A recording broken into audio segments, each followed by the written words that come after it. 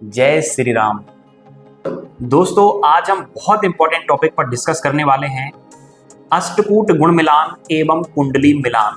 जी हाँ, इन दोनों में अंतर समझिए और आपको पता चलेगा कि विवाह करते समय हमें किस तरह से इन दोनों चीजों पर ध्यान देना होता है। जी हाँ, अष्टकूट गुण मिलान आप जानते ही हैं कि लड़का लड़की दोनों के चंद्रमा की मैचिंग की जाती है।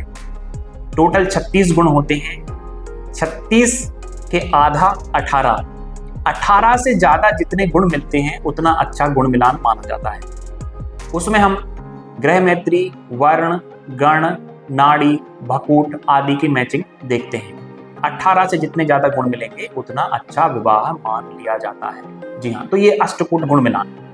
लेकिन इसके अलावा लड़का और लड़की की कुंडलियों का मिलान भी किया जाता है, जिसे हम कुंडली मैचिंग कहते हैं। जी हाँ, उसमें क्या होता है, लड़का और लड़की दोनों की जन्म कुंडली के जो ग्रह हैं उनका एक दूसरे के साथ तालमेल देखा जाता है और मैरिड लाइफ में आगे दोनों एक दूसरे को कितना सपोर्ट करेंगे, दोनों की मैरिड लाइफ हैप्पी है या नहीं है, चाइल्ड इश्यूज तो नहीं है, बहुत ज्यादा कुछ ऐसे योग तो नहीं है कि एक व्यक्ति अल्पायु है एक दीर्घायु है, दोनों एक दूसरे के लिए कितने कंपैटिबिलिटी है दोनों में, ये देखा जाता है।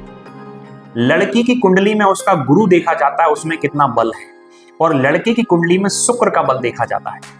और बाकी जो ग्रह हैं, पूरे 9 के 9 ग्रह, वो एक दूसरे को किस तरह से सपोर्ट कर रहे हैं ये देखा जाता है। अब देखिए, अक्सर लोग केवल गुण मिलान के आधार पर विवाह कर लेते हैं, वो एकदम सही नहीं होता।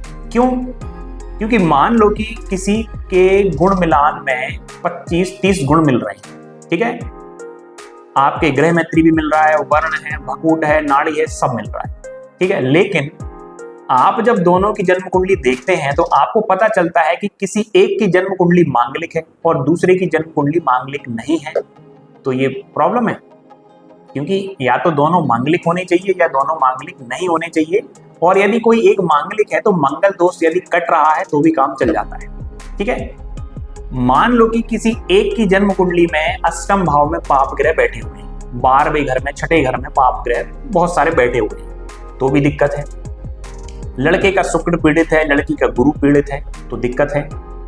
पता चला कि एक की कुंडली में संतानहीनता का योग है या किसी की कुंडली में मेजर बहुत बड़ी दुर्घटना का योग है, तो हम कैसे अष्टकूट गुण मिलान के आधार पर विवाह कर सकते हैं?